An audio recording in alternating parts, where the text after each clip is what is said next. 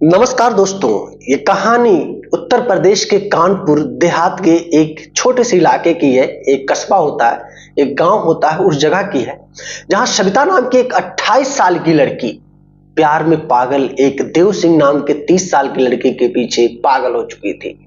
धीरे धीरे करके ये सारी चीजें, सारी खबरें परिवार वालों तक पहुंच जाती है कि उनके घर की जो बेटी है, उनके घर की जो बहन है, किसी देव सिंह नाम के लड़के से बहुत ज्यादा प्यार करती है। लेकिन घर वाले इस बात को इग्नोर कर रहे थे। कभी कभी जिक्र करते थे सविता से कि सविता सच बताओ, क्या कोई लड़का तुम्हारी जिंदगी में है? लेकिन सविता सीधा इनकार कर देती थी, नहीं, ऐसा तो मैंने कभी सोचा भी नहीं है। धीरे धीरे करके इसी तरीके से 4-6 महीने गुजर गए। अब घर वालों ने प्लान किया कि सविता की शादी कहीं ना कहीं फिक्स कर देनी चाहिए।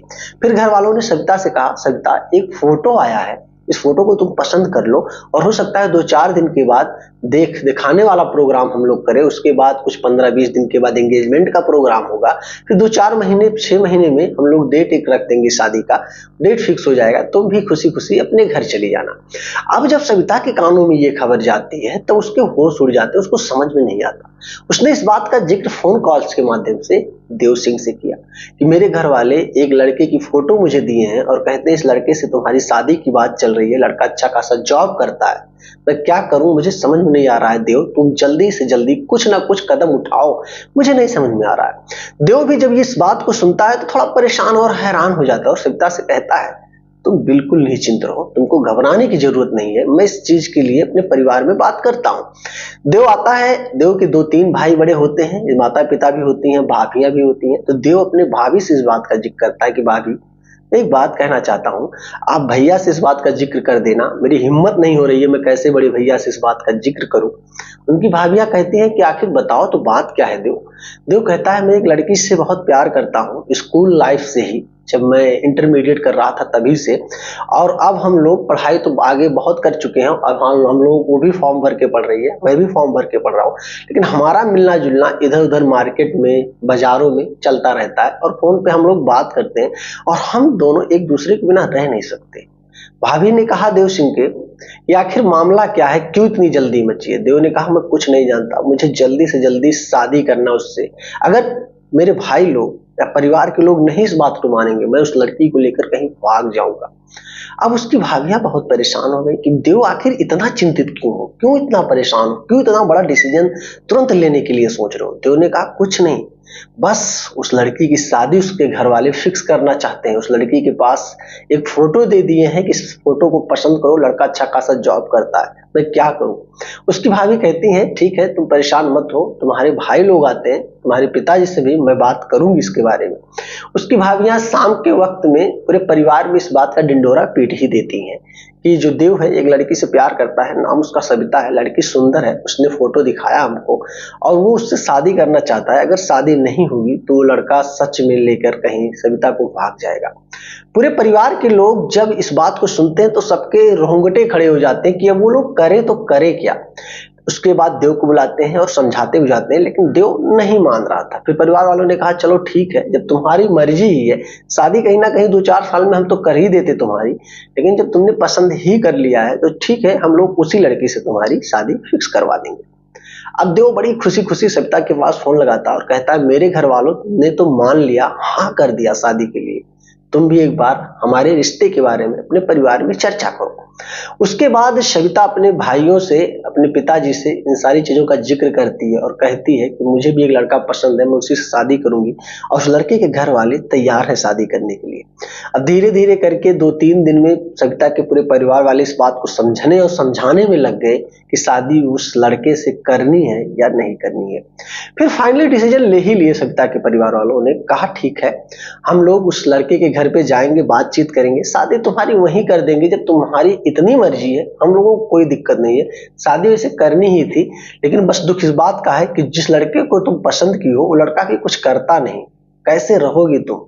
सविता ने सीधा कहा कि भैया, पिताजी, आज के इस जमाने में कोई खाने के लिए नहीं मरेगा, भगवान सबको कहीं ना कहीं रोजी लगा ही देगा। ये सविता की बात सुनकर उसके परिवार वालों ने तुरंत हाँ कर लिया, बोला कि अब शादी कुछ भी हो जाए वही करेंगे। सविता के परिवार वालों ने सविता की जिद को लेकर के देव सिंह के घर पे पहुंचते हैं और शादी की बात फिक्स हो जाती है। डेट निश्चित होता है शादी विवाह का। जिस दिन शादी का मुहूर्त निकला उस दिन गाने बजाने के साथ हंसी उल्लास से सविता के दरवाजे पर देव सिंह बारात लेकर पहुंचता है। लेकिन धीरे धीरे करके उस बारात में उसका क्या दिमाग डिस्टर्ब हुआ, क्या मूड अपसेट हुआ कि जब जयमाला की बारी आती है, पूरा बाराती पानी वगैरह पी लिए, सब कुछ हुआ, अगवानी का प्रोग्राम शुरू ही हुआ था कि देव सिंह वहां से ड्राइवर से ये कह के गाड़ी से उतरता है कि मुझे थोड़ा बाहर निकलना है और मैं तुरंत गाड़ी में बैठता हूँ। ये बात कह के वो निकलता तो है लेकिन अपने एक दोस्त को पहले से रेडी रखता है। उसके बाइक पे बैठकर वो वहां से 9-2-11 हो जाता है। धीरे धीरे करके जब आधे घंटे गुजर गए, 20 मिनट गुजर गए, तब ड्राइवर को बड़ा अजीब लगने लगा। अब ड्राइवर देव सिंह के पास फोन करने लगा लेकिन देव सिंह का फोन रिसीव हो ही नहीं रहा था। कुछ देर के बाद स्विच ऑफ तक आने लगा। धीरे धीरे इस बात की जानकारी पहले तो बारातियों में हुई। अब जब बारातियों में खलमंडल हुआ तो पहले तो डीजे को बंद कराया गया। जब डीजे बंद हुआ तब जो घराती वाले थे यानी कि लड़की वाले थे, सविता के परिवार वाले और गांव वाले, सब लोग हैरान हो गए, आखिर अगवानी का टाइम चल रहा है, अचानक डीजे बंद क्यों हो गया। धीरे धीरे करके जब माहौल पूरा गर्म होता हुआ देखे, लोगों ने सुन लिया और घरातियों में इस बात की भनक चली गई कि जिस लड़के से सविता की शादी होने वाली थी वो लड़का तो बारात से गायब हो चुका है। अब बड़ी परेशानी। अब घराती और बाराती दोनों बैठ कर इस बात पे विचार करने लगे कि आखिर अब किया क्या जाए। लड़की की जिद थी। उसके बाद सविता का भाई सविता के कमरे में जाता है और कहता है कुछ सुना तुमने? सविता ने कहा हाँ सुना। तो उसने कहा अब क्या करोगे? तुम तो बहुत जिद कर रही थी, लड़का बहुत अच्छा है, बहुत होनहार है, एक दिन बहुत आगे जाएगा, यही आगे जाएगा। तुम्हारा हाथ थामा था और आज वो बारात छोड़कर ही निकल गया।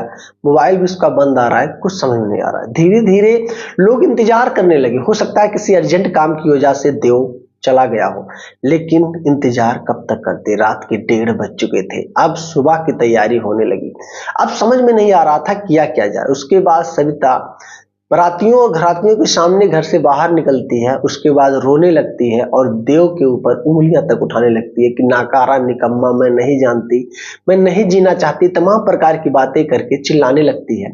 अब सविता के भाई, उसके परिवार वाले, जो रिश्तेदार इकट्ठा हुए थे, सविता को मनाने जाने लगते हैं, कोई बात नहीं, परेशान मत हो, सब कुछ ठीक हो जाएगा, हम लोग किसी दूसरे जगह तुम्हारे रिश्ता फिक्स कर देंगे, तुम घबराओ मत। सविता ने कहा कुछ नहीं, इसने मेरे प्यार का बदनाम किया है, मैं क्या करूं मुझे समझ में नहीं आता। मैं तो पूरे परिवार वाले से ऊपर होकर मैं उससे शादी करना चाहती थी, लेकिन उसने आज तो मुझे कहीं का नहीं छोड़ा। ये सारी चीज बारात में ही बैठा एक 26 साल का लड़का जिसका नाम विपिन था, बाराती ही था, सारी चीजों को सुन रहा था। परिवार वालों से यानी कि सविता के भाइयों को बुला करके एक बात कहता है कि अगर आप लोगों को बुरा ना लगे और आप लोगों की अगर मान सम्मान पे इज्जत आ गई है तो मैं देव को तो ज्यादा नहीं जानता, बस मेरा थोड़ा करीबी दोस्त है, अगर आप लोग चाहो तो मैं उससे शादी कर सकता हूँ, आप लोगों की मान सम्मान बच जाएगी। ये चीज सुनने के बाद पूरे बाराती में और घराती में फिर से एक माहौल बनने लगा कि अब आगे क्या करना चाहिए। धीरे धीरे करके आधे घंटे घंटे में पूरा डिसीजन लिए वो विपिन जाता है सविता के पास, बैठकर उसके कमरे में बातचीत करता है और कहता है देखो कोई जोर जबरदस्ती नहीं है, मैं ग्रेजुएशन कर भी चुका हूँ और आगे तैयारी मैं कर रहा हूँ, ऊपर वाले ने चाहा तो जल्द ही 1-2 साल के अंदर मेरी कोई गवर्नमेंट जॉब अच्छी खासी लग जाएगी, पर अभी कुछ कहा नहीं जा सकता।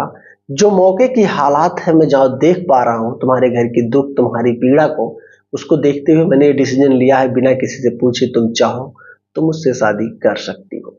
सविता ने कहा ठीक है, आप बाहर रहो, मुझे 10 मिनट का वक्त सोचने के लिए, मैं सोच भी नहीं पा रही हूँ। लड़का विपिन आके बाहर बैठा हुआ था। सविता 10 मिनट के बाद कमरे से बाहर निकलती है और सीधा कहती है विपिन, क्या सच में तुम जीवन भर मेरा साथ निभाओगे? ऐसा तो नहीं देव की तरह शादी तो तुम कर लिए, उसके बाद मुझे छोड़कर कहीं दूर चले जाओगे? विपिन ने कहा नहीं, मैं ऐसा जीवन में नहीं कर सकता, पूरे होशो आवास में हूँ, अपने परिवार वालों को मैंने बुला लिया है, सब लोगों ने मुझे बहुत प्यार दिया है, मैं घर का इकलौता हूँ, ना तो मेरी कोई बहन है ना तो कोई और है, सब कुछ मेरे पास है, बशर्ते एक अच्छी जॉब की, तो अगर तुम चाहो मेरे ऊपर यकीन आंख बंद करके कर सकती हो। सविता के भाई, सविता के परिवार वाले सब लोग राजी हो गए। उसके बाद शादी की प्लानिंग शुरू हो गई। बारात में आया हुआ लड़का सविता का हाथ थामता है, जयमाला का सिस्टम जो अदा होता है पूरे सिस्टम को अदा किया जाता है। उसके बाद मांग में सिंदूर भरता है सविता को और हंसी खुशी सुबह अपने घर में सविता की विदाई करके ले आता है, बिना कोई प्रोग्राम, बिना किसी मैनेजमेंट के। धीरे धीरे करके अब जो देव था उसके खिलाफ सविता के भाइयों ने एफआईआर दर्ज कर दिया था और अब पुलिस वाले उसकी छानबीन और खोजबीन करना शुरू कर दिए कि आखिर सच में हुआ क्या था और देव शादी को छोड़कर क्यों भाग गया। धीरे धीरे करके हफ्ते 10 दिन लग गए, तब जाकर पुलिस के हाथ चढ़ा देव सिंह। और देव सिंह को जब थाने में बुलाकर पूछताछ किया जाने लगा तो देव सिंह ने यही कहा, मुझे इस लड़की से शादी नहीं करनी है, ये लड़की ठीक नहीं है। तमाम प्रकार की लड़की के ऊपर वो आचरण लगाने लगा। जब पुलिस वालों ने और लड़की के भाइयों ने इस बात का जिक्र किया कि तुम कैसे कह सकते हो, इतने सालों से तुम उसको जानते हो स्कूल लाइफ से ही, और आज तुम उसके ऊपर उंगली इस तरीके से कैसे उठा सकते हो। उसने कहा, बस कुछ नहीं कहूंगा, मुझे अच्छा नहीं लग रहा था, मुझे समझ में नहीं आ रहा था, मेरे अंदर की आत्मा कह रही थी कि मैं कुछ गलत कर रहा हूँ, गलत डिसीजन ले रहा हूँ, इसीलिए मैं शादी का मंडप छोड़कर भाग गया। अब इस सारे बयान को देखते हुए पुलिस ने तुरंत एफआईआर दर्ज कर लिया। एफआईआर दर्ज करने के बाद इसको कोर्ट में भेजकर जेल भेज दिया गया देव सिंह को। और आज सविता अपने उस बारात में आए हुए पति से बहुत ज्यादा खुश है, उसके साथ हंसी उल्लास से है, कोई दिक्कत नहीं चल रही है। दोस्तों, बहुत सारी कहानियां ऐसी होती है, बहुत सारी घटना ऐसी होती हैं जो हमारे आंखों पे चढ़े हुए पर्दे को खोल देती है।